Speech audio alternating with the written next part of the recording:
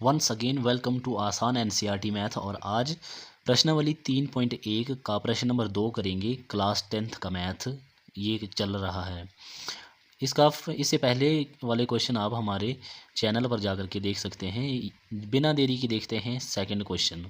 Class 10th का math चल रहा है। क्वेश्चन 2 है, बोलता है अनुपातों A1/A2, B1/B2 और C1/C2 की तुलना कर ज्ञात कीजिए कि निम्न समीकरण युग्म द्वारा निरूपित रेखाएं एक बिंदु पर प्रतिच्छेद करती हैं, समांतर हैं अथवा समपाती हैं। समीकरण हमारे पास दे के रखे हैं, ये देखिए हमने ज्ञात करना है क्या इनसे बनने वाली जो रेखाएं होंगी वो प्रतिच्छेदी हैं, समांतर हैं अथवा समपाती हैं। तो चलिए इससे पहले आपको ये ज़रूर देखना चाहिए, देखिए कब प्रतिच्छेदी होंगी, कब समांतर और कब समपाती। तो देखिए जब किसी समीकरण से ग्राफ पर बनने वाली रेखाएं एक दूसरे को क्रॉस करती होंगी तो हमारा क्या होगा, वो रेखाएं प्रतिच्छेद करती हुई रेखाएं बनेंगी। और इसके देखिए हल, जब इसका हम आंसर निकालेंगे तो इसका हल क्या होगा, अद्वितीय हल होगा, यूनिक हल होगा, है ना, मतलब अलग सा ही उत्तर आएगा। और इसका होगा क्या, ये संगत होगा ये समीकरण।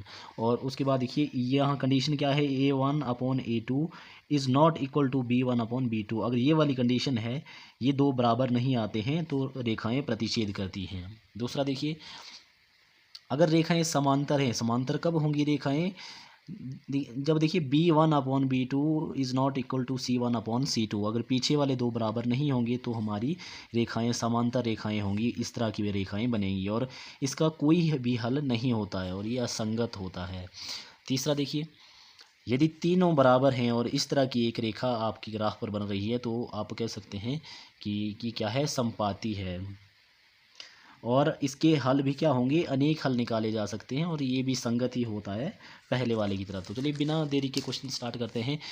देखिए अब हमने A1/A2 B1/B2 C1/C2 की वैल्यूज़ निकालनी है और उसके बाद तो हमें ज्ञात ही है हमें क्या करना है। तो देखिए ये होता है हमारा, ये जो फर्स्ट आगे वाली टर्म होती हैं इसके आगे वाले नंबर A1 और A2 होते हैं। तो A1 की वैल्यू 5 और A2 की वैल्यू है 7। फिर यहाँ से देखिए B1 दूसरी टर्म होती है, देखिए ये जो 4 है ये है आपका, लेकिन 4 अकेला नहीं है, इसके साथ माइनस लगा है, माइनस का निशान भी लगाना पड़ता है। तो -4 B1 और B2 क्या है हमारा 6 है और प्लस का 6 है तो प्लस लगाने की ज़रूरत नहीं होती है। C1 क्या है, लास्ट वाली टर्म होती है, देखिए C1 है हमारा 8 और C2 है हमारा -9 है, देखिए -9। और देखिए ये हमारे पास आ गया तो हमने क्या करना है, अब जो कटता है उसको हम काट देते हैं। देखिए 2 दूनी 4 और 2 तिये 6। तो इसको हम कैसे लिख सकते हैं, -2/3। अब देखिए ये 5/7, ये -2/3 और ये 8/9 है। तो कोई भी हमारा बराबर नहीं आया है तो हम इसे कैसे लिख सकते हैं, A1/A2 is not equal to B1/B2 is not equal to C1/C2।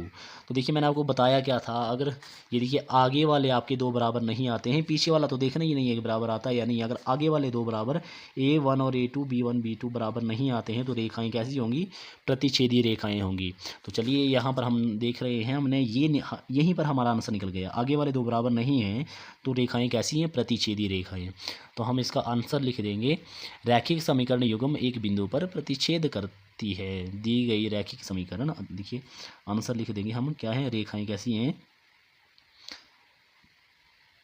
रैखिक समीकरण युग्म एक बिंदु पर प्रतिच्छेद करती हैं, आंसर बस यही हमने निकालना था।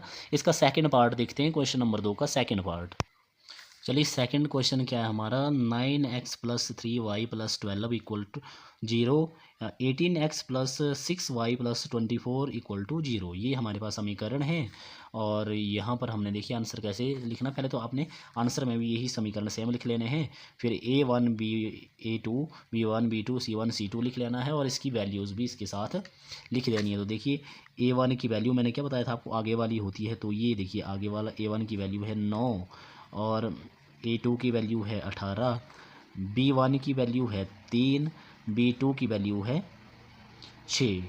देखिए सब के आगे प्लस लगा हुआ है, आगे यहाँ कोई निशान नहीं है तो प्लस होता है, प्लस लिखने की ज़रूरत नहीं है। C1 है हमारा 12 और C2 है हमारा 24। अब देखिए अभी हम देख रहे हैं कि ये कोई भी एक दूसरे के बराबर नहीं है, लेकिन देखिए मैंने आपको क्या बताया है, अगर ये आपस में कटता है, एक ही पहाड़े में कटने वाली संख्याएं हैं, तो उसे हम काट लेंगे। कैसे?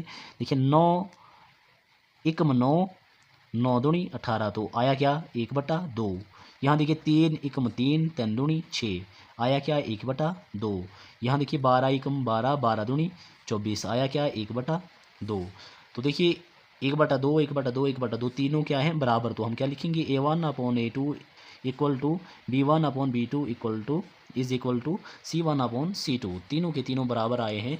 और मैंने आपको ये देखिए क्या दिखाया था, अगर तीनों आपके बराबर हैं तो हम क्या लिखेंगे, समपाती है। ये रैखिक समीकरण युग्म जो है क्या है, समपाती है। तो देखिए लास्ट में हम लिख देंगे, क्योंकि तीनों बराबर हैं, ये देखिए बराबर आ गए हैं, अतः समीकरण युग्म क्या है, समपाती है। आंसर। बिना देरी के अगला प्रश्न देखते हैं, इसका थर्ड पार्ट देखते हैं। देखिए थर्ड क्वेश्चन देखिए क्या है, 6x-3y+10 इक्वल टू 0। और सेकंड समीकरण है आपका, इक्वेशन है 2x-y+9 इक्वल टू 0। तो पहले तो हमने यही समीकरण लिख लेने हैं, और उसके बाद देखिए A1 की वैल्यू 6, A2 की वैल्यू 2 है, B1 की वैल्यू 10 है, और B1 की वैल्यू -3 है, -3। और यहाँ देखिए आगे कोई y के आगे कुछ नहीं है, तो क्या है 1 है, और B2 की वैल्यू क्या है -1। C1 की वैल्यू 10 है, और C2 की वैल्यू 9 है। अब देखिए इसमें से कोई कटने वाला है तो काट देते हैं। देखिए 2 एकम 2, 2 3 6, तो आंसर क्या आया इसका 3 आया। यहाँ से देखिए माइनस से माइनस कट, और नीचे 1 लिखने की ज़रूरत है नहीं, तो यहाँ पर भी क्या आया 3। और ये तो कटेगा नहीं, तो हम क्या लिख सकते हैं, ये देखिए आगे वाले दो बराबर आए और पीछे वाले बराबर नहीं आए हैं, पीछे वाले दो बराबर नहीं आए हैं।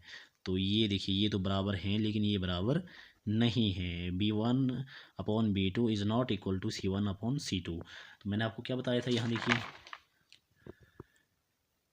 यदि हमारे पीछे वाले दो बराबर नहीं होते हैं तो रैखिक समीकरण युग्म कैसा होता है, हमारा समांतर होता है। तो देखिए यहाँ पे पीछे वाले दो बराबर नहीं आए हैं, तो हमारा आंसर क्या होगा, रैखिक समीकरण युग्म एक दूसरे के समांतर है। आंसर। तो चलिए क्वेश्चन हमारा कंप्लीट हो गया है, इसका थर्ड क्वेश्चन करेंगे अगली वीडियो में। तब तक के लिए धन्यवाद।